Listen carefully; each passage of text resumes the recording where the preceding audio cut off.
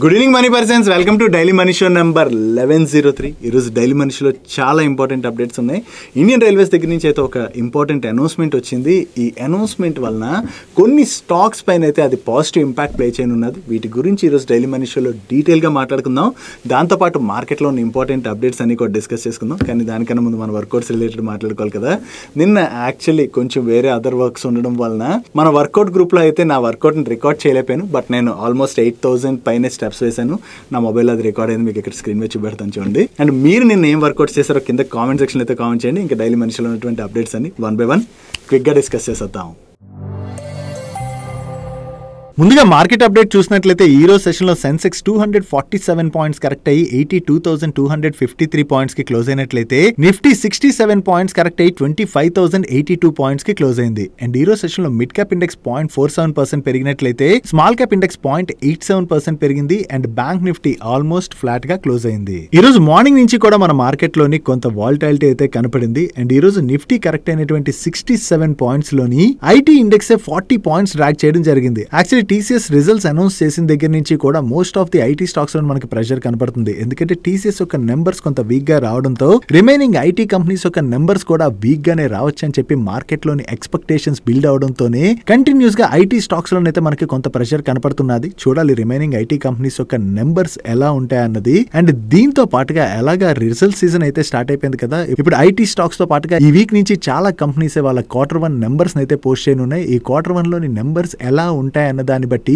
ఇక్కడ నుంచి మన మార్కెట్ లోని మూమెంటం అన్నది ఆధారపడి ఉన్నది. అండ్ దీంతో పాటుగా India US trade deal related గా కూడా మార్కెట్ లోని కొంత అన్సర్టనిటీ నెలకొంది. అంటే ఇప్పటికీ కూడా డీల్ ఫైనల్ అవ్వకపోవడం అండ్ దాంతో పాటుగా డొనాల్డ్ ట్రంప్ వేరియస్ కంట్రీస్ పైన టారిఫ్స్ అవి విధిస్తానే ఉన్నారు కదా. సో దీంతో మార్కెట్ లోని మన కంట్రీకి యుఎస్ తోని ట్రేడ్ డీల్ రిలేటెడ్ గా కొంత కన్ఫ్యూజన్ అయితే క్రియేట్ అయింది. అండ్ దీని రిలేటెడ్ గా నెగోషియేషన్స్ కోసం అని చెప్పి మన ఇండియన్ టీం ఆల్రెడీ యుఎస్ కి అయితే రీచ్ అయిందని ఈ రోజు నుంచి 4 రోజుల పాటు India US trade deal related గా అయితే డిస్కషన్స్ అయితే నడవబోతున్నట్లుగా మీడియా ప్లాట్ఫామ్స్ రిపోర్ట్ చేస్తున్నాయి. సో ఫర్దర్ గా ఇప్పుడు డిస్కషన్స్ తర్వాత నెక్స్ట్ August 1 నుంచి ట్రంప్ టారిఫ్స్ అయితే అమలు చేస్తా అని చెప్పి మల్టిపుల్ టైమ్స్ అతను స్టేట్మెంట్స్ అయితే ఇస్తానే ఉన్నారు కదా. సో ఇప్పుడు ఈ ట్రేడ్ డీల్ రిలేటెడ్ గా త్వరలోని ఇండియా అండ్ యుఎస్ దగ్గర నుంచి ఏదైనా అనౌన్స్మెంట్ వస్తుందేమో అన్నది మనం చూడాలి. దీంతో పాటుగా ఈ Q1 నెంబర్స్ కూడా మార్కెట్ కి చాలా ఇంపార్టెంట్. ఇక్కడ నుంచి కంపెనీస్ యొక్క నెంబర్స్ ఎలా ఉంటాయన్న దాన్ని బట్టి మార్కెట్ లో మూమెంటం అన్నది ఆధారపడి ఉంటుంది.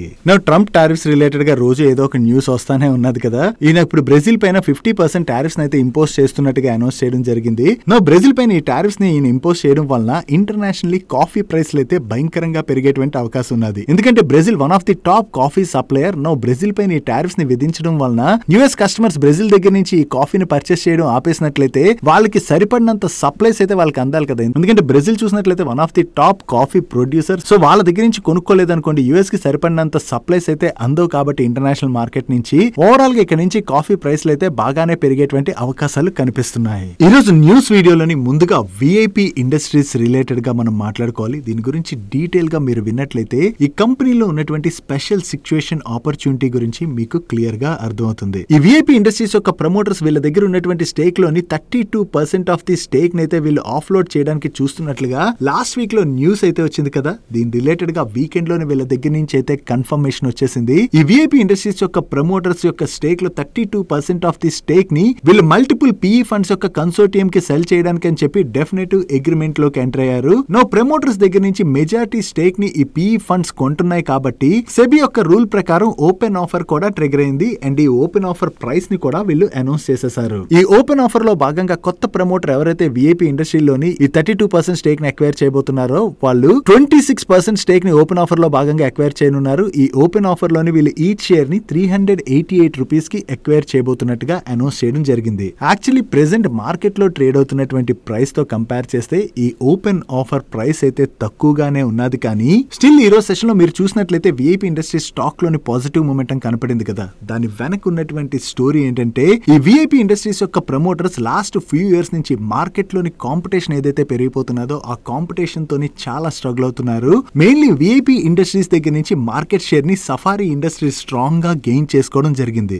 విఐపి ఇండస్ట్రీస్ నుంచి సఫారీ ఇండస్ట్రీస్ ఈ లెవెల్లో మార్కెట్ షేర్ షేర్ ని గెయిన్ అవ్వడానికి రీజన్ ఏంటంటే ఈ సఫారీ ఇండస్ట్రీస్ యొక్క ప్రమోటర్ అయినటువంటి సుధీర్ మోహన్ లాల్ జాటియా. ఈయన ప్రీవియస్ గా విఐపి ఇండస్ట్రీస్ లో ఉండేవారు. విఐపి ఇండస్ట్రీస్ లోని చాలా కాలం వర్క్ చేసి విఐపి ఇండస్ట్రీస్ యొక్క గ్రోత్ లో కూడా ఈయన కీ రోల్ ప్లే చేయడం జరిగింది. కాకపోతే దాని తర్వాత విఐపి యొక్క ప్రమోటర్స్ అండ్ సుధీర్ మోహన్ లాల్ గారి మధ్యన అంటే కొన్ని డిఫరెన్సెస్ వస్తాయి కదా, ఆ డిఫరెన్సెస్ రావడంతో ఆయన విఐపి ఇండస్ట్రీస్ నుంచి బయటకు వచ్చి సఫారీ ఇండస్ట్రీస్ లోని 2011 లోనైతే స్టేక్ ని అక్వైర్ చేయడం జరిగింది. ఈయన సఫారీ ఇండస్ట్రీస్ లోని ఆ స్టేక్ ని అక్వైర్ చేసిన తర్వాత ఈయనకి ఈ బిజినెస్ లో ఉన్నటువంటి ఎక్స్పర్టీజ్ ఏదైతే ఉన్నదో ఆ ఎక్స్పర్టీజ్ ని ఈయన యూజ్ చేయడం ద్వారా సఫారీ ఇండస్ట్రీస్ యొక్క బిజినెస్ ని అయితే మ్యాసివ్ గా గ్రో చేయడం జరిగింది. ఈయన సఫారీ ఇండస్ట్రీస్ లో స్టేక్ ని ఎప్పుడు అక్వైర్ చేశారు? 2011 టైంలో కదా. మీరు 2011 ఈయన సఫారీ ఇండస్ట్రీస్ లోని స్టేక్ అక్వైర్ చేసిన దగ్గర నుంచి ఇప్పటి వరకు చూసినట్లయితే సఫారీ ఇండస్ట్రీ స్టాక్ అయితే చాలా మంచి పెర్ఫార్మెన్స్ డెలివర్ చేయడం జరిగింది. ఆల్మోస్ట్ ఎక్కడ ఈ సఫారీ ఇండస్ట్రీస్ 7-8 రూపీస్ లో ట్రేడ్ అయ్యేటువంటి స్టాక్ ఇప్పుడు 2000 రూపీస్ అబోవ్ లోని ట్రేడ్ అవుతున్నది.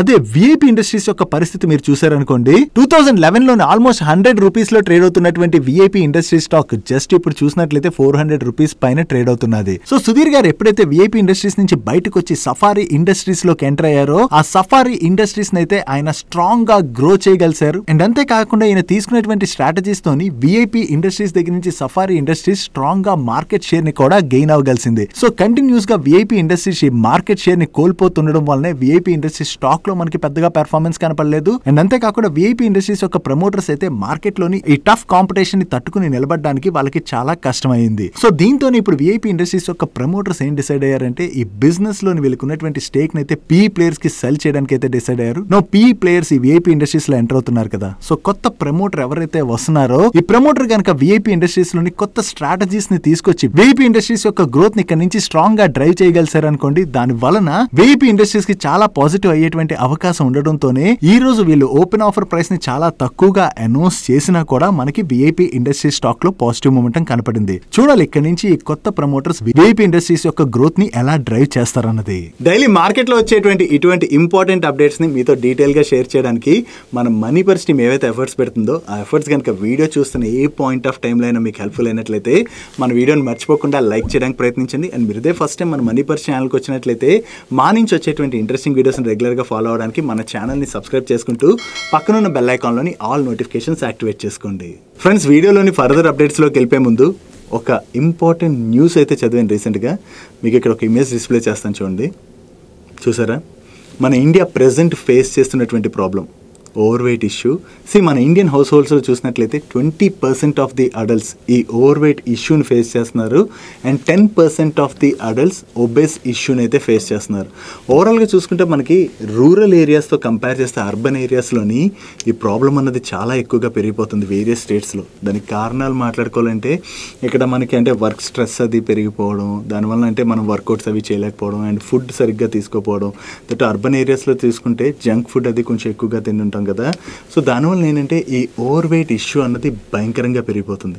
ఇలా పెరిగిపోయింది అనుకోండి, ఫ్యూచర్లో హెల్త్ ఇష్యూస్ వచ్చేటువంటి అవకాశం ఉన్నది. కాబట్టి మనం వెల్త్ జనరేట్ చేసుకోవడమే కాదు, హెల్త్ సైడ్ కూడా ఫోకస్ చేయడం చాలా ఇంపార్టెంట్. సో మీలో ఎవరైనా ఒకవేళ హెల్త్ నెగ్లెక్ట్ చేస్తున్నట్లయితే అస్సలు నెగ్లెక్ట్ చేయకండి గైస్. కొంచెం వర్కౌట్కి అయితే టైం తీయండి, దాంతోపాటుగా మంచి ఫుడ్ తీసుకోండి. మీరు తినేటువంటి ఫుడ్లో కొంచెం సలాడ్స్ అవి యాడ్ చేసుకుని తింటూ ఉండండి. ఒకసారి అంటే మొత్తం మానేయాలంటే మానేయలేం కదా, కానీ మంచి ఫుడ్ వైపు మనం మూవ్ అవ్వడం అన్నది ఇంపార్టెంట్. సో ఇలా చేసుకుంటూ వెళ్ళడం ద్వారా ఈ ఓవర్ వెయిట్ ఇష్యూ ఏదైతే ఉన్నదో దాని నుంచి అయితే మనం బయటపడచ్చు. కాకపోతే ఒకసారి ఎంత జాగ్రత్తగా ఉన్నా కూడా హెల్త్ ఇష్యూస్ అన్నవి చెప్పి రావు కదా. ఒకసారి హెల్త్ ప్రాబ్లం వచ్చి మనం హాస్పిటలైజ్ అయ్యామనుకోండి, ఒక్క హాస్పిటల్ బిల్ చాలు మన దగ్గర ఉన్నటువంటి సేవింగ్స్ అన్నీ పోవడానికి. సో అందుకని మనందరికీ కూడా మ్యాండేటరీగా హెల్త్ ఇన్సూరెన్స్ అయితే ఉండాలి. ఇక్కడ కొంతమంది అనుకోవచ్చు, నేను ప్రెజెంట్ హెల్తీగానే ఉన్నాను కదా, నాకెందుకు హెల్త్ ఇన్సూరెన్స్ అనుకోవచ్చు. మనం హెల్తీగా ఉన్నప్పుడే కంపెనీస్ కూడా మనకి హెల్త్ ఇన్సూరెన్స్ అన్నది ఆఫర్ చేస్తాయి. ఒక్కసారి మనకి ఏదైనా హెల్త్ ఇష్యూ వచ్చిందనుకోండి, మనం కట్టాల్సిన ప్రీమియం అమాంతం పెరిగిపోతుంది. దాంతోపాటుగా మీకు వెయిటింగ్ పీరియడ్స్ ఇటువంటివన్నీ కూడా యాడ్ అవుతాయి. సో అందుకనే హెల్తీగా ఉన్నప్పుడే హెల్త్ ఇన్సూరెన్స్ తీసుకోవడం అన్నది కూడా చాలా ఇంపార్టెంట్. సో మీలో ఎవరైనా హెల్త్ ఇన్సూరెన్స్ తీసుకోకపోతే నెగ్లెక్ట్ చేయకుండా వెంటనే హెల్త్ ఇన్సూరెన్స్ తీసుకోండి.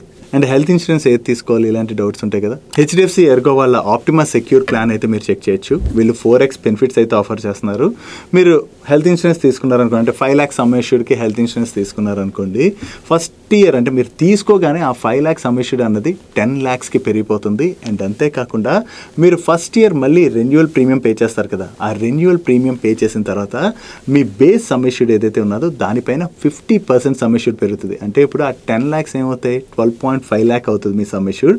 అండ్ సెకండ్ ఇయర్ మీరు ప్రీమియం పే చేసిన తర్వాత బేస్ సమ్ అష్యూర్డ్ పైన 100% సమ్ అష్యూర్డ్ వచ్చి యాడ్ అవుతుంది. అంటే ఆ 5 lakhs సమ్ అష్యూర్డ్ అన్నది 15 lakhsకి పెరుగుతుంది. దీంతో పాటుగా మీకు రీస్టోర్ బెనిఫిట్ ఆప్షన్ కూడా ఇస్తున్నారు. అంటే మీరు ఒక ఇయర్లోని ఆ 5 lakhs సమ్ అష్యూర్డ్ తీసుకున్నారు కదా, అది కంప్లీట్గా వాడేశారు అనుకోండి, మీకు మరొక 5 lakhs అన్నవి వచ్చి యాడ్ అవుతాయి. సో దీంతో మీకు ఆల్మోస్ట్ 4x బెనిఫిట్. అంటే మీరు 5 lakhs సమ్ అష్యూర్డ్ తీసుకుంటే మీకు ఆల్మోస్ట్ 20 lakhs వరకు సమ్ అష్యూర్డ్ లభించబోతుంది. అండ్ దీంతో పాటుగా మనం హెల్త్ ఇన్సూరెన్స్ తీసుకునేటప్పుడు నెట్వర్క్ హాస్పిటల్స్ ఎక్కువగా ఉన్నటువంటి హెల్త్ ఇన్సూరెన్స్ తీసుకోవడం బెటర్. వీళ్ళకి ఆల్మోస్ట్ 15,000+ క్యాష్లెస్ నెట్వర్క్ హాస్పిటల్స్ అయితే ఉన్నాయి. అండ్ అంతేకాకుండా వీళ్ళు కొన్ని ఏజ్ గ్రూప్స్కి per day ₹27 పే చేయడంతోనే ఈ హెల్త్ ఇన్సూరెన్స్ని అయితే ఆఫర్ చేస్తున్నారు. అండ్ వీటితో పాటుగా నాన్ మెడికల్ ఎక్స్పెన్సెస్ పైన కూడా 0 డిడక్షన్స్ని అయితే వీళ్ళు ఆఫర్ చేస్తున్నారు. And 24,000 crore plus claim settlement కూడా చేసినట్టుగా వీళ్ళు క్లెయిమ్ చేస్తున్నారు. అండ్ ఈ హెల్త్ ఇన్సూరెన్స్ మీరు ఆన్లైన్లో తీసుకున్నారనుకోండి, మీకు 5% డిస్కౌంట్ కూడా లభిస్తుంది. సో మీరు ఎవరైనా హెల్త్ ఇన్సూరెన్స్ తీసుకోవాలన్నట్లయితే వెంటనే మర్చిపోకుండా హెల్త్ ఇన్సూరెన్స్ తీసుకోండి. HDFC Ergo యొక్క లింక్స్ అయితే ఈ వీడియో డిస్క్రిప్షన్లోను కింద కామెంట్ సెక్షన్లో ఫస్ట్ కామెంట్లోను పిన్ చేసి ఉంచుతాను. నెక్స్ట్ వీకెండ్ లోని ఇండియన్ రైల్వేస్ దగ్గర నుంచి చాలా ఇంపార్టెంట్ అనౌన్స్మెంట్ అయితే వచ్చింది. ఇకపైన రైల్వే కోచెస్ లోని పాసింజర్ సేఫ్టీని పెంచేందుకు గాను టోటల్ గా 74,000 కోచెస్ లోని అండ్ అలాగే 15,000 లోకోస్ లోని CCTV కెమెరాస్ అయితే ఇన్స్టాల్ చేయబోతున్నట్లుగా మినిస్ట్రీ ఆఫ్ రైల్వేస్ అయితే అనౌన్స్ చేయడం జరిగింది. సో ఇన్ని రైల్వే కోచెస్ లోని CCTV కెమెరాస్ ని ఇన్స్టాల్ చేయాలంటే ఈ CCTVs ని మ్యానుఫ్యాక్చర్ చేసేటువంటి కంపెనీస్ కి అది మనం పాజిటివ్ గా చూడొచ్చు. సో ఎప్పుడైతే గవర్నమెంట్ దగ్గర నుంచి అనౌన్స్మెంట్ వచ్చిందో సోషల్ మీడియాస్ లోని ఆ కంపెనీకి లాభం, ఈ కంపెనీకి లాభం అని చెప్పి చాలా కంపెనీస్ యొక్క పేర్లే వినబడుతున్నాయి. మనం దీనిలో మాట్లాడుకోవాలంటే ప్రిజర్వ్ విస్టెక్ కావచ్చు, డిక్సన్ టెక్నాలజీస్ కావచ్చు, రీచ్ ఇన్ఫో కావచ్చు, దీంతో పాటుగా చాలా కంపెనీస్ పేర్లు కనబడుతున్నాయి. అండ్ వీటిలోని చాలా చిన్న చిన్న కంపెనీస్ కూడా ఉన్నాయి. నో ఇండియన్ రైల్వేస్ ఈ అనౌన్స్మెంట్ అయితే చేసింది. ఓకే, నో రైల్వే అయితే దీని రిలేటెడ్ గా టెండర్స్ అయితే కండక్ట్ చేస్తుంది కదా. ఈ టెండర్స్ లోని ఏ కంపెనీస్ పార్టిసిపేట్ చేసి ఆర్డర్స్ వస్తాయన్నది మనం చూడాలి. ఇక్కడ చిన్న చిన్న కంపెనీస్ పేర్లు ఏవస్తున్నాయో వాటి రిలేటెడ్ గా ఉన్నటువంటి రిస్క్ ఏంటంటే మెయిన్లీ ఆ కంపెనీస్ యొక్క స్టాక్స్ ఈ రోజు పెరిగి ఉండొచ్చు. కాకపోతే ఈ టెండర్స్ కండక్ట్ చేసిన తర్వాత నిజంగా ఈ కంపెనీస్ కి ఆర్డర్స్ వస్తాయంటే ఇక్కడ మనం గుర్తు పెట్టుకోవాల్సింది ఏంటంటే ఈ CCTVs రిలేటెడ్ గా ఒక మోట్ అంటూ ఏం లేదు. లిస్టెడ్ స్పేస్ లోనే కాదు, అన్లిస్టెడ్ స్పేస్ లోని ఈ CC కెమెరాస్ రిలేటెడ్ గా ఇంకా చాలా పెద్ద పెద్ద కంపెనీస్ కూడా ఉన్నాయి. అండ్ త్వరలో మరొక కంపెనీ దీని రిలేటెడ్ గా IPO కి కూడా రానున్నది. సో ఇప్పుడు ఇండియన్ రైల్వేస్ ఈ CCTVs రిలేటెడ్ గా టెండర్స్ కండక్ట్ చేసింది. నో ఆ టెండర్స్ లోని ఏమైనా లిస్టెడ్ స్పేస్ లో ఉన్నటువంటి ప్లేయర్స్ పార్టిసిపేట్ చేస్తారా? లేదు కదా. అన్లిస్టెడ్ స్పేస్ లో ఉన్నటువంటి పెద్ద పెద్ద ప్లేయర్స్ కూడా పార్టిసిపేట్ చేస్తారు. దట్టు ఈ ప్రొడక్ట్ ఏదైతే ఉన్నదో దానికి ఒక మోట్ కూడా లేదు. కాబట్టి ఇక్కడ కాంపిటీషన్ అన్నది చాలా ఎక్కువగా ఉంటుంది. ఆ కాంపిటీషన్ లోని ఎవరు ఆర్డర్స్ విన్ అవుతారు అన్నది మనం చెప్పలేం. నో సోషల్ మీడియాలోని చాలా చిన్న చిన్న కంపెనీస్ రిలేటెడ్ గా మనకి పేర్లు వినబడుతున్నాయి. ఇక్కడ నుంచి ఈ స్టాక్స్ కి ఆర్డర్స్ వచ్చేయచ్చు అని చెప్పి కంగారు పడిపోయి ఇన్వెస్ట్మెంట్ డిసిషన్ తీసుకున్నాం అనుకోండి, ఆ తర్వాత ఆ కంపెనీస్ కి గనక ఆర్డర్స్ రాకపోయినట్లయితే ఆ స్టాక్స్ లోని మనకి మ్యాసివ్ ప్రెషర్ కూడా చూసేటువంటి అవకాశం ఉన్నది. నెక్స్ట్ ఈ రోజు మార్నింగ్ నుంచి మార్కెట్ లోని ఒక కన్ఫ్యూజన్ అయితే క్రియేట్ అయింది. మీకు జేన్ స్ట్రీట్ గురించి మనం లాస్ట్ వీక్ లో మాట్లాడుకున్నాం కదా. వీళ్ళు మన ఇండియన్ మార్కెట్ లోని F&O సెగ్మెంట్ లోని భయంకరంగా మేనేజ్ చేయడం ద్వారా దగ్గరగా 40,000 కోట్ల పైనే వీళ్ళు గెయిన్స్ అయితే సంపాదించారని చెప్పి ఈ జేన్ స్ట్రీట్ ని మన ఇండియన్ ఈక్విటీ మార్కెట్ నుంచి సెబీ అయితే బ్యాన్ చేయడంతో పాటుగా వీళ్ళని ఎస్క్రో అకౌంట్ లోని 4,843 కోట్లు డిపాజిట్ చేయాలని కూడా సెబీ ఆదేశించింది కదా. దీని రిలేటెడ్ గా ఇప్పుడు మార్నింగ్ వచ్చినటువంటి న్యూస్ ఏంటంటే వీళ్ళు ఎస్క్రో అకౌంట్ లోని ఈ డబ్బుల్ని డిపాజిట్ చేసేయడంతో సెబీని అయితే వీళ్ళ పైన ఉన్నటువంటి రిస్ట్రిక్షన్స్ ని ఎత్తివేయాలని అడిగినట్లుగా అండ్ సెబీ రిస్ట్రిక్షన్స్ ఎత్తివేయడానికి చూస్తున్నట్లుగా కూడా వేరియస్ మీడియా ప్లాట్ఫామ్స్ అయితే రిపోర్ట్ చేశాయి. న్యూస్ ఎప్పుడైతే ఇలా సర్క్యులేట్ అయిందో దాంతో సెబీ దగ్గర నుంచి కూడా దీని రిలేటెడ్ గా క్లారిఫికేషన్ అయితే వచ్చింది. వీళ్ళు ఎస్క్రో అకౌంట్ లో డబ్బులు డిపాజిట్ చేసేసినట్లయితే సెబీ రిస్ట్రిక్షన్స్ ఎత్తివేసినట్లయితే కాదు, వీళ్ళైతే రిక్వెస్ట్ చేశారంట సెబీని, అంటే ఈ రిస్ట్రిక్షన్స్ ఎత్తివేయాలని. బట్ సెబీ అయితే దీని రిలేటెడ్ గా ఎగ్జామినేషన్ చేస్తున్నట్టుగా ఒక రిపోర్ట్ అయితే రిలీజ్ చేసింది. అంటే సెబీ ఇప్పటి వరకు ఇంకా వీళ్ళ పైన ఉన్నటువంటి రిస్ట్రిక్షన్స్ అయితే ఎత్తివేయలేదు. వీళ్ళు జస్ట్ ఆ ఎస్క్రో అకౌంట్ లో డబ్బులు డిపాజిట్ డిపాజిట్ చేసి సెబీని రిక్వెస్ట్ చేశారంటే వీళ్ళపైన ఉన్నటువంటి రిస్ట్రిక్షన్స్ ఎత్తివేయాలని, వీళ్ళు రిలేటెడ్ గా సెబీ ఫుల్ ఫ్లెజ్డ్ గా అంటే వీళ్ళు నిజంగా అలా ప్రైస్ మ్యానిపులేట్ అది చేసి ఈ విధంగా డబ్బులు సంపాదించారా లేదా, ఫుల్ ఫ్లెజ్డ్ గా సెబీ దీని రిలేటెడ్ గా వర్క్ చేసిన తర్వాతే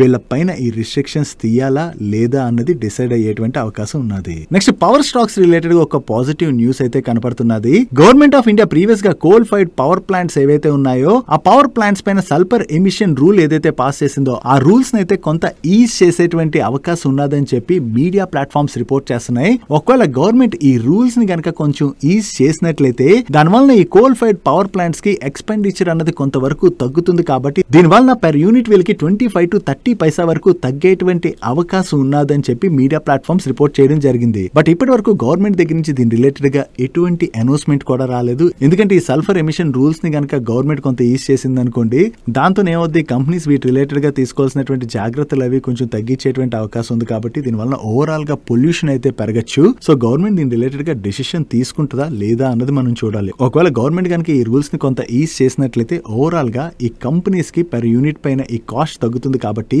పవర్ సెక్టర్ లో ఉండేటువంటి కంపెనీస్ కి అయితే ఇది పాజిటివ్ అయ్యేటువంటి అవకాశం ఉన్నది. ఒకవేళ పవర్ కంపెనీస్ కి ఇది పాజిటివ్ అయినా కూడా అల్టిమేట్లీ మన పైన విధిస్తున్నటువంటి చార్జెస్ ని వీళ్ళు తగ్గిస్తారా లేదా అన్నది ఇప్పుడే చెప్పలేము. నెక్స్ట్ బిఎస్ఎన్ఎల్ అండ్ ఎంటీఎన్ఎల్ కు ఉన్నటువంటి అసెట్స్ అయితే మానిటైజ్ చేయడానికి గవర్నమెంట్ చూస్తున్నట్టుగా చాలా రోజుల నుంచి న్యూస్ అయితే వస్తున్నది కదా. ఫైనల్లీ దీని రిలేటెడ్ గా ఇప్పుడు గవర్నమెంట్ అయితే వర్క్ చేసిందని, ఇప్పుడు గవర్నమెంట్ ఎంటిటీస్ ఏవైతే ఉంటాయో ఆ గవర్నమెంట్ ఎంటిటీస్ ఒకవేళ ఈ ఎంటీఎన్ఎల్, బిఎస్ఎన్ఎల్ అండ్ ఐటీఐ కు ఉన్నటువంటి ల్యాండ్ అసెట్స్ ఏవైతే ఉన్నాయో ఆ అసెట్స్ ని గనక ఎక్వైర్ చేయడానికి ఇంట్రెస్టెడ్ గా ఉన్నట్లయితే వాళ్ళ ఇంట్రెస్ట్ ని అయితే సబ్మిట్ చేయాలని చెప్పి గవర్నమెంట్ అడిగినట్లుగా అండ్ వీళ్ళకున్నటువంటి ల్యాండ్ అసెట్స్ రిలేటెడ్ గా మార్కెట్ రేట్ అయితే డిసైడ్ చేసేందుకు గాను కొన్ని రూల్స్ ని కూడా వీళ్ళు పెట్టారు. ఒకవేళ ల్యాండ్ వాల్యూ 10 crores కన్నా బిలో ఉన్నదనుకోండి దాని యొక్క మార్కెట్ రేట్ ని and MTNL, BSNL and ITI వాళ్ళే డిసైడ్ చేయొచ్చని, ఒకవేళ 10 crores అండ్ అబోవ్ ఉన్నట్లయితే సిపిడబ్ల్యూడి వాళ్ళు దాని యొక్క వాల్యూని అయితే డిసైడ్ చేస్తారని, ఒకవేళ ల్యాండ్ వాల్యూ 100 crores పైన ఉన్నదనుకోండి నేషనల్ ల్యాండ్ మానిటైజేషన్ కార్ప్ వాళ్ళు ఆ ల్యాండ్ వాల్యూని డిసైడ్ చేస్తారని చెప్పి వీళ్ళు షేర్ చేస్తున్నారు. ఒకవేళ గవర్నమెంట్ ఈ డిసిషన్ తీసుకుని బిఎస్ఎన్ఎల్, ఎంటీఎన్ఎల్ దగ్గర ఉన్నటువంటి ల్యాండ్స్ ని గనక మానిటైజ్ చేయగలిసినట్లయితే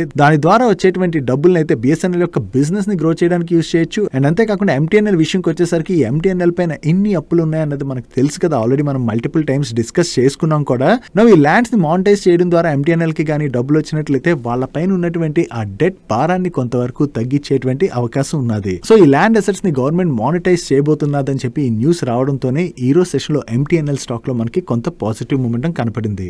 డైలీ మార్కెట్ లో వచ్చేటువంటి ఇటువంటి ఇంపార్టెంట్ అప్డేట్స్ ని మీతో డీటెయిల్ గా షేర్ చేయడానికి మన మనీ పర్స్ టీమ్ ఏవైతే ఎఫర్ట్స్ పెడుతుందో ఆ ఎఫర్ట్స్ కనుక మీకు హెల్ప్ఫుల్ అవుతున్నట్లయితే మన వీడియోని మర్చిపోకుండా లైక్ చేయడానికి ప్రయత్నించండి. నెక్స్ట్ ఈ రోజు సెషన్ లోని మార్నింగ్ దివీస్ ల్యాబొరేటరీ స్టాక్ లోని చాలా ఎక్కువగా ప్రెషర్ కనపడి దాని తర్వాత స్టాక్ అయితే కొంత రికవర్ అయింది కదా. యాక్చువల్లీ స్టాక్ లోని అంత ప్రెషర్ కనపడడానికి రీజన్ ఏంటంటే నోవార్టిస్ వాళ్ళ బ్లాక్ బస్టర్ కార్డియాక్ డ్రగ్ అయిన ఎంట్రెస్టో ఏదైతే ఉన్నదో దీనికి దివీస్ ల్యాబొరేటరీస్ వాళ్ళు ఏపీఎస్ ని సప్లై చేసేవారు. నో దీని యొక్క జెనరిక్ వెర్షన్ ని యుఎస్ లోని ఎంఎస్ఎన్ వాళ్ళు లాంచ్ చేసుకునేందుకు గాను ఎంఎస్ఎన్ వాళ్ళకైతే యుఎస్ లోని అప్రూవల్ వచ్చేసింది. నో దీని యొక్క జెనరిక్ వెర్షన్ ఎంఎస్ఎన్ వాళ్ళు గనక లాంచ్ చేసినట్లయితే ఇప్పటి వరకు నోవార్టిస్ వాళ్ళకి ఏదైతే యుఎస్ లో ఈ డ్రగ్ రిలేటెడ్ గా అడ్వాంటేజ్ ఉన్నదో ఆ అడ్వాంటేజ్ తగ్గిపోతుంది. దాంతో నోవార్టిస్ వల్ల ఎంట్రెస్టో డ్రగ్ సేల్స్ కూడా తగ్గుతాయి. కాబట్టి దాని యొక్క ఇంపాక్ట్ డైరెక్ట్ గా వచ్చి దివీస్ ల్యాబొరేటరీస్ మీదే పడుతుంది. ఎందుకంటే ఆ డ్రగ్ సేల్స్ తగ్గాయి అనుకోండి అప్పుడు ఏమవుతుంది, ఆ డ్రగ్ రిలేటెడ్ గా ఇప్పటి వరకు నోవార్టిస్ దగ్గర నుంచి దివీస్ ల్యాబొరేటరీస్ కి ఏవైతే ఆర్డర్స్ వస్తున్నాయో ఆ ఆర్డర్ సైజ్ తగ్గుతుంది. కాబట్టి దాని యొక్క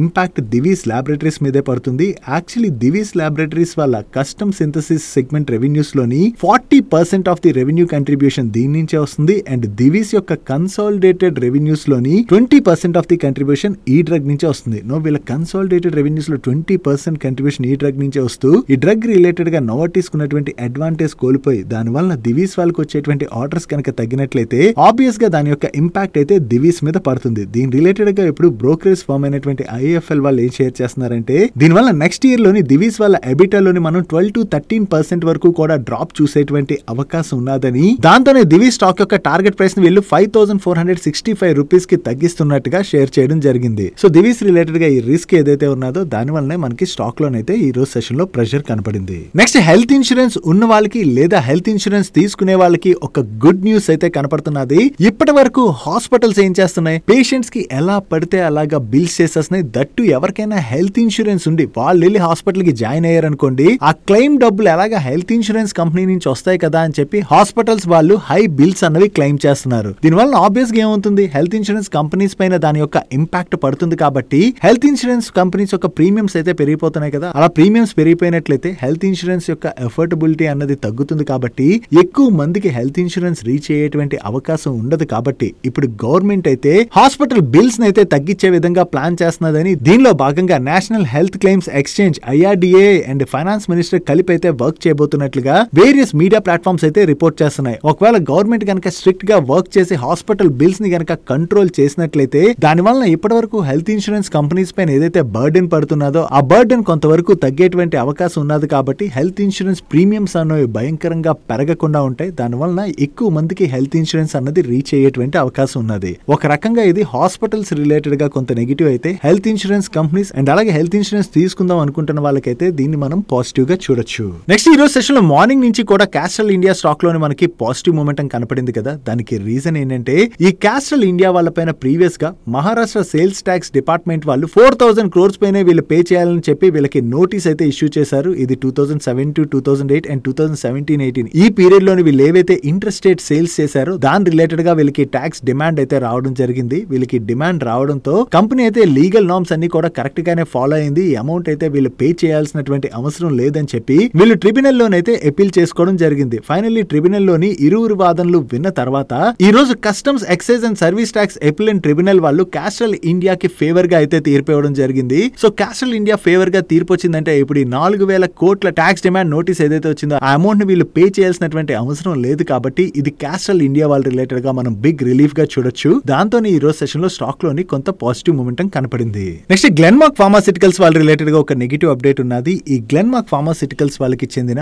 మధ్యప్రదేశ్ ఇండోర్ మ్యానుఫ్యాక్చరింగ్ ఫెసిలిటీలోని US FDA వాళ్ళు లాస్ట్ February 3rd నుంచి February 14th మధ్యన ఇన్స్పెక్షన్ అయితే కండక్ట్ చేశారు. ఈ ఇన్స్పెక్షన్ జరిగిన తర్వాత దీనిలో భాగంగా May 9th గ్లెన్మార్క్ ఫార్మాసిటికల్స్ వాళ్ళు US FDA దగ్గర నుంచి అఫీషియల్ యాక్షన్ ఇండికేటెడ్ స్టేటస్ ని ఈ ఫెసిలిటీకి అయితే రిసీవ్ చేసుకోవడం జరిగింది. ఇప్పుడు దీనిలో భాగంగానే US FDA దగ్గర నుంచి వీళ్ళకైతే వార్నింగ్ లెటర్ వచ్చినట్టుగా వీళ్ళు ఎక్స్చేంజెస్ కి అప్డేట్ చేస్తున్నారు. బట్ ఈ వార్నింగ్ లెటర్ రావడం వలన ఈ మ్యానుఫ్యాక్చరింగ్ ఫెసిలిటీ నుంచి వచ్చేటువంటి రెవెన్యూస్ పైన కానీ లేదా ఆపరేషన్స్ పైన కానీ ఎటువంటి ఇంపాక్ట్ కూడా ఉండదని అండ్ ఈ ఇష్యూ రిలేటెడ్ గా వీళ్ళు US FDA తోని క్లోజ్ గా వర్క్ చేసి త్వరలోనే ఇష్యూస్ అయితే రిజాల్వ్ చేసుకుంటామని చెప్తున్నారు. సో US FDA తో వీళ్ళు క్లోజ్ చేసుకుని త్వరగా ఇష్యూస్ ని రిజాల్వ్ చేసుకున్నట్లయితే బెటర్, లేదా ఇది గ్లెన్మార్క్ ఫార్మాసిటికల్స్ వాళ్ళకి నెగిటివ్ కానుంది. నెక్స్ట్ ఇన్ఫ్రా వర్క్స్ చేసేటువంటి అహుల్వాలియా కాంట్రాక్ట్స్ వాళ్ళకి DLF లిమిటెడ్ దగ్గర నుంచి కొత్తగా ఒక కాంట్రాక్ట్ అయితే వచ్చింది. ఈ contract value approximately 2,089 crores and ఇది హౌసింగ్ ప్రాజెక్ట్ రిలేటెడ్ గా వచ్చినటువంటి కాంట్రాక్ట్ అని. దీనిలో భాగంగా గురుగాం DLF లోని వీళ్ళు సివిల్ అండ్ స్ట్రక్చర్డ్ వర్క్స్ అయితే చేయవలసి ఉన్నట్టుగా వీళ్ళ మేనేజ్మెంట్ అప్డేట్ చేస్తుంది. వీళ్ళు కొత్తగా DLF నుంచి ఏదైతే ఈ కాంట్రాక్ట్ విన్నారో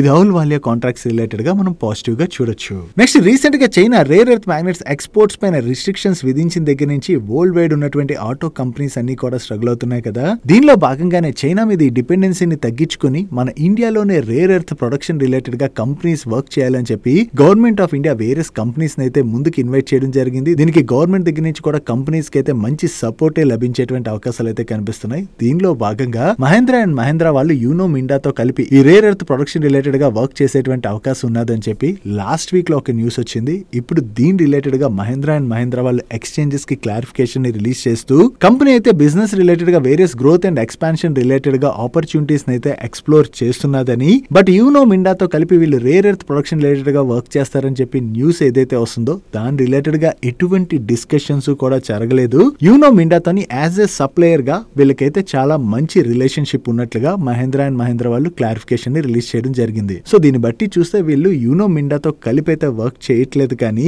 మైట్ బి వీళ్ళు రేర్ ఎర్త్ ప్రొడక్షన్ రిలేటెడ్ గా ఇండివిజువల్ గా కానీ లేదా వేరే అదర్ కంపెనీస్ తో కానీ కొలాబరేట్ అయ్యి వర్క్ చేసేటువంటి అవకాశాలు అయితే ఉన్నట్టున్నాయి. ఎందుకంటే వీళ్ళు రేర్ ఎర్త్ రిలేటెడ్ గా యూనో మిండాతో కలిపి వర్క్ చేయట్లేదు అని అయితే చెప్పారు, కానీ కంప్లీట్ గా రేర్ ఎర్త్ రిలేటెడ్ గా వర్క్ చేయట్లేదు అని చెప్పి వీళ్ళు కొట్టిపడేయలేదు. చూడాలి త్వరలో ఈ రేర్ ఎర్త్ ప్రొడక్షన్ వైపుగా మహేంద్ర అండ్ మహేంద్ర వాళ్ళు ఏమైనా ఎంటర్ అవుతారేమో. నెక్స్ట్ టిటెగ్రా రైల్ సిస్టమ్స్ వాళ్ళు వెస్ట్ బెంగాల్ గవర్నమెంట్ తోని ఒక ల్యాండ్ రిలేటెడ్ గా 99 years లీజ్ అగ్రిమెంట్ లోకి ఎంటర్ అయ్యారు అండ్ దీని యొక్క వాల్యూ అప్రాక్సిమేట్లీ 126 crores అండ్ ఇది 40 acres ల్యాండ్. ఈ ల్యాండ్ వీళ్ళ ఎగ్జిస్టింగ్ ఉత్తరాపూర మ్యానుఫ్యాక్చరింగ్ ఫెసిలిటీ ఏదైతే ఉన్నదో ఆ ఫెసిలిటీకి దగ్గరలో ఉన్నటువంటి ల్యాండ్ అని అండ్ దీనిలోని Vande Bharat trains and metro coaches related గా వీళ్ళు ప్రొడక్షన్ అది చేయబోతున్నట్టుగా వీళ్ళ మేనేజ్మెంట్ అయితే షేర్ చేస్తుంది. ఓవరాల్ గా రైల్వే సెక్టర్ లో ఏదైతే ఆపర్చునిటీ పెరుగుతున్నదో ఆ ఆపర్చునిటీని క్యాటర్ చేయడానికి వీళ్ళు ప్రయత్నిస్తున్నారు. కాబట్టి ఇది టిటెగ్రా రైల్ సిస్టమ్స్ వాళ్ళ రిలేటెడ్ గా మనం పాజిటివ్ గా చూడొచ్చు. నెక్స్ట్ PSU కంపెనీ అనేటువంటి అయినటువంటి BEML వాళ్ళ దగ్గర నుంచి ఒక ఇంట్రెస్టింగ్ అప్డేట్ అయితే వచ్చింది. వీళ్ళ బోర్డు ఈ జూలై 21st మీట్ అయ్యి వీళ్ళ స్టాక్ స్ప్లిట్ని అయితే కన్సిడర్ చేయబోతున్నట్టుగా అనౌన్స్ చేశారు. సో వీళ్ళు ఏ రేషియోలో స్టాక్ స్ప్లిట్ చేస్తారన్నది మనం చూడవలసి ఉన్నది.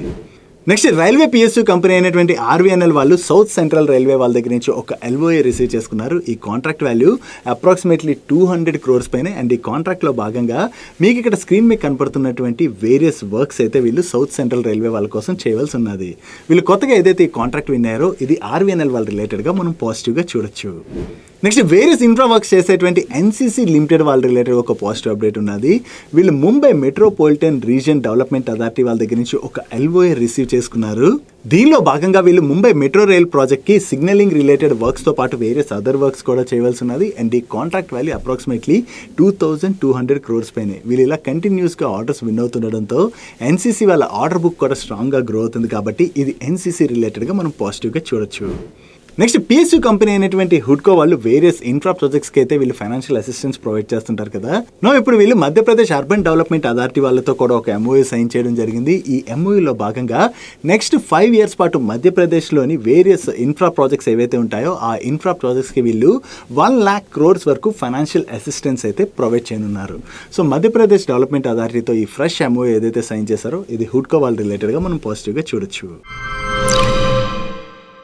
నెక్స్ట్ ఓలా ఎలక్ట్రిక్ రిలేటెడ్గా ఎప్పుడైతే ఇష్యూస్ స్టార్ట్ అయ్యాయో అక్కడి నుంచి ఓలా ఎలక్ట్రిక్ స్టాక్లోని కంటిన్యూస్గా ప్రెషర్ని చూస్తూ స్టాక్ అయితే ఆల్ టైమ్ లోస్ని అయితే టచ్ చేసుకుంటూ వెళ్తున్నది కదా. కానీ ఈ రోజు సెషన్లోని ఓలా ఎలక్ట్రిక్ స్టాక్లో ఒక్కసారి సిగ్నిఫికెంట్ జంప్ కనపడింది. వీళ్ళ Q1 రిజల్ట్స్ని అనౌన్స్ చేసిన తర్వాత నిజంగా ఈ Q1 నెంబర్స్ మార్కెట్ని అంతలా సర్ప్రైజ్ చేశాయంటే ఒకసారి నెంబర్స్ చూద్దాం మీకే అర్థమవుతుంది. ఇక్కడ లాస్ట్ ఇయర్ Q1తో కంపేర్ చేస్తే ఆబ్వియస్లీ ఈ Q1లోని వీళ్ళ నెంబర్స్లో అయితే డ్రాప్ కనపడుతుంది. బట్ సీక్వెన్షియల్ బేసిస్లో మనం కంపేర్ చేస్తే వీళ్ళ టోటల్ రెవెన్యూస్ లో మంచి గ్రోత్ డెలివర్ చేశారు. అండ్ వీళ్ళ ఎబిటా లాస్ కూడా సిగ్నిఫికెంట్ గా తగ్గింది. అండ్ ప్రీవియస్ క్వార్టర్లోని వీళ్ళు 870 crores లాస్ జనరేట్ చేసినట్లయితే ఈ క్వార్టర్లోని వీళ్ళు 428 crores లాస్ జనరేట్ చేయడం జరిగింది. ఓవరాల్ గా సీక్వెన్షియల్ బేసిస్ లోని వీళ్ళ నెంబర్స్ లో ఇంప్రూవ్మెంట్ కనపడుతుండడంతో పాటు వీళ్ళ మేనేజ్మెంట్ ఏం చెప్తుందంటే వీళ్ళ ఆటో బిజినెస్ ఎబిటా 2025 జూన్ లోని పాజిటివ్ లోకి వచ్చినట్టుగా వీళ్ళు కోట్ చేస్తున్నారు. అండ్ ఈ క్వార్టర్లోని వీళ్ళు ఓవరాల్ గా 68,192 వెహికల్స్ అయితే డెలివర్ చేశామని ప్రీవియస్ క్వార్టర్తో కంపేర్ చేస్తే వీళ్ళు 32% పైనే గ్రోత్ డెలివర్ చేసినట్టుగా షేర్ చేస్తున్నారు. అండ్ అంతే కాకుండా Q1 లోని వీళ్ళ Gen 1 and Gen 2 products related గా వీళ్ళు 250 crores వన్ టైం ప్రొవిజన్ అయితే తీసుకున్నామని బట్ వీళ్ళ quality day by day improve చేసుకుంటూ వస్తున్నాం కాబట్టి Gen 3 లోని ఇష్యూస్ అయితే చాలా సార్ట్ అవుట్ అయ్యాయి. Gen 2 తో కంపేర్ చేస్తే Gen 3 లోని ఇష్యూస్ 60% వరకు కూడా తగ్గాయి. అండ్ Gen 1 తో కంపేర్ చేస్తే Gen 2 లోని ఇష్యూస్ తగ్గాయి. సో ఇలా క్రమక్రమంగా వీళ్ళ ప్రొడక్ట్ క్వాలిటీ ఏదైతే పెరుగుతున్నదో ఆ ప్రొడక్ట్ క్వాలిటీ పెరుగుతుండడం వల్ల వీళ్ళకి ఇష్యూస్ తగ్గుతున్నాయి కాబట్టి వీళ్ళకి ఓవరాల్ ఎక్స్పెన్సెస్ అనేవి తగ్గుతాయి. దానివల్ల వీళ్ళ ఎబిటాలోనైతే ఇంప్రూవ్మెంట్ కనపడుతున్నదని. And rare earth magnets related గా ప్రెసెంట్ OEMs అన్ని కూడా భయపడుతున్నాయి కదా. కాకపోతే వీళ్ళ దగ్గర రీజనబుల్ ఇన్వెంటరీ లెవెల్స్ అయితే ఉన్నాయి. అండ్ అంతే కాకుండా వీళ్ళు 2 countries నుంచి అయితే దీని రిలేటెడ్ గా సప్లైస్ అయితే తీసుకుంటున్నాం. దీనివల్ల షార్ట్ టర్మ్ లోనైతే వీళ్ళపైన మరీ అంత ఇంపాక్ట్ అయితే ఉండదని చెప్పి వీళ్ళ మేనేజ్మెంట్ అయితే షేర్ చేస్తుంది. ఓవరాల్ గా సీక్వెన్షియల్ బేసిస్ లో వీళ్ళ నెంబర్స్ బాగుండడంతో పాటు ఈ జూన్ మంత్ లోని వీళ్ళ ఎబిటా పాజిటివ్ లోకి వచ్చామని చెప్పి మేనేజ్మెంట్ దగ్గర నుంచి ఇటువంటి స్టేట్మెంట్స్ రావడంతోనే ఇప్పటి వరకు కంటిన్యూస్ గా కరెక్ట్ అయినటువంటి ఓలా ఎలక్ట్రిక్ స్టాక్ లోని ఇక్కడ నుంచి రివర్సల్ స్టార్ట్ అవ్వచ్చు అని చెప్పి హోప్స్ తోనే ఈ రోజు సెషన్ లో స్టాక్ లో పాజిటివ్ మొమెంటం కనపడింది. ఈ క్వార్టర్ కి అయితే నెంబర్స్ బాగానే ఉన్నాయి. సో ఇక్కడ నుంచి ఓలా ఎలక్ట్రిక్ వాళ్ళు వీళ్ళకి ఉన్నటువంటి ఇష్యూస్ అయితే సార్ట్ అవుట్ చేసుకుని ఇదే మూమెంటం కంటిన్యూ చేయగలుగుతారా లేదా అన్నది మనం చూడవలసి ఉన్నది. దీంతో పాటు ఓలా ఎలక్ట్రిక్ రిలేటెడ్ గా ఒక నెగటివ్ న్యూస్ కూడా ఈ రోజు అయితే సర్క్యులేట్ అవుతున్నది. మహారాష్ట్ర ట్రాన్స్పోర్ట్ కమిషనర్ అయితే ఈ ఓలా ఎలక్ట్రిక్ వాళ్ళకి చెందినటువంటి 350 స్టోర్స్ ప్రాపర్ లైసెన్స్ లేకుండానే నడుపుతున్నట్టుగా కంప్లైంట్స్ అయితే రిసీవ్ చేసుకున్నామని, దీనిలో భాగంగానే ఓలా ఎలక్ట్రిక్ వాళ్ళపైన వీళ్ళ యాక్షన్ కూడా తీసుకున్నట్లుగా అండ్ కొన్ని స్టోర్స్ రిలేటెడ్ గా ప్రాపర్ లైసెన్స్ అయితే అప్లై చేసుకునేందుకు ఓలా ఎలక్ట్రిక్ వాళ్ళకి టైం కూడా ఇచ్చామని అండ్ ఈ రోజు ఎండ్ ఆఫ్ ది డే కల్లా ఓలా ఎలక్ట్రిక్ దగ్గర నుంచి వీళ్ళకి రెస్పాన్స్ కూడా వచ్చేటువంటి అవకాశం ఉన్నదని చెప్పి కామెంట్ చేసినట్టుగా CNBC వాళ్ళైతే రిపోర్ట్ చేస్తున్నారు. చూడాలి ఓలా ఎలక్ట్రిక్ దగ్గర నుంచి దీని రిలేటెడ్ గా ఏదైనా రెస్పాన్స్ వస్తుందేమో. నెక్స్ట్ వీకెండ్ లో డీమార్ట్ వాళ్ళ నెంబర్స్ వచ్చే వీళ్ళ నెంబర్స్ ఎలా ఉన్నాయి చూద్దాం. లాస్ట్ ఇయర్ సేమ్ క్వార్టర్ తో కంపేర్ చేసిన ప్రీవియస్ క్వార్టర్ తో కంపేర్ చేసిన ఈ క్వార్టర్ లోని వీళ్ళ టాప్ లైన్ లో మంచి గ్రోత్ డెలివర్ చేశారు. And last year same quarter లోని వీళ్ళు 773 crores ప్యాట్ జనరేట్ చేసినట్లయితే ప్రీవియస్ క్వార్టర్ లోని 550 crores ప్యాట్ జనరేట్ చేయడం జరిగింది. అండ్ ఈ క్వార్టర్ లో వీళ్ళు 772 crores ప్యాట్ జనరేట్ చేశారు. ఓవరాల్ గా ఈ క్వార్టర్ లోని వీళ్ళ టాప్ లైన్ లో మంచి గ్రోత్ డెలివర్ చేసిన బాటమ్ లైన్ లో సీక్వెన్షియల్ బేసిస్ లో అయితే మనకి ఇంప్రూవ్మెంట్ కనపడుతుంది. కానీ ఇయర్ ఆన్ ఇయర్ బేసిస్ లోని వీళ్ళ బాటమ్ లైన్ లో స్లైట్ గా డ్రాప్ కనిపిస్తుంది. ఈ క్వార్టర్ లోని వీళ్ళ మార్జిన్స్ కూడా బాగానే ఇంపాక్ట్ అయ్యాయి కదా. దాని రిలేటెడ్ గా వీళ్ళ మేనేజ్మెంట్ అయితే మాట్లాడుతున్నారు. మాట్లాడుతూ ఎఫ్ఎంసీజీ స్పేస్ లోనైతే కాంపిటేటివ్నెస్ చాలా ఎక్కువగానే కనబడుతున్నదని, దాంతో పాటుగా వీళ్ళ సర్వీస్ లెవెల్స్ అవి పెంచుకోవడంతో వీళ్ళ ఆపరేటింగ్ కాస్ట్ కూడా పెరిగినట్లుగా, దాంతోనే వీళ్ళ మార్జిన్స్ అయితే తగ్గాయని మేనేజ్మెంట్ షేర్ చేస్తుంది. ఓవరాల్ గా ఈ క్వార్టర్ లో వీళ్ళు 9 న్యూ స్టోర్స్ యాడ్ చేశారు. దీంతో ఈ క్వార్టర్ ఎండింగ్ నాటికి వీళ్ళ స్టోర్ కౌంట్ 424 కి రీచ్ అయింది. నెక్స్ట్ ఈ రోజు మార్కెట్ క్లోజ్ అయిన తర్వాత టాటా టెక్నాలజీస్ వాళ్ళ నెంబర్స్ కూడా వచ్చాయి. వీళ్ళ నెంబర్స్ ఎలా ఉన్నాయి చూద్దాం.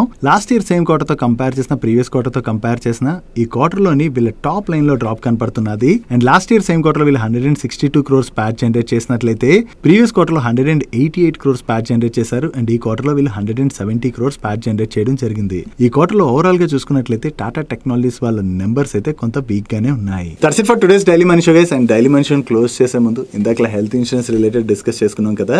మీరు ఎవరైనా హెల్త్ ఇన్సూరెన్స్ తీసుకోకపోతే వెంటనే హెల్త్ ఇన్సూరెన్స్ తీసుకోండి. హెచ్డిఎఫ్సి ఆర్బీ యొక్క లింక్స్ అయితే ఈ వీడియో డిస్క్రిప్షన్ లోను, కింద కామెంట్ సెక్షన్ లో ఫస్ట్ కామెంట్ లో పిన్ చేసి ఉంచుతాను. అండ్ ఈ వీడియోలో మేము షేర్ చేసిన ఇన్ఫర్మేషన్ మీకు హెల్ప్ఫుల్ అయినట్లయితే వీడియోని లైక్ చేస్తూ మన ఛానల్ సబ్స్క్రైబ్ చేసుకోవడం మర్చిపోకండి. నేను చంద్రశేఖర్ పత్రి మరొక ఇంట్రెస్టింగ్ వీడియోతో కలుద్దాం. Good night.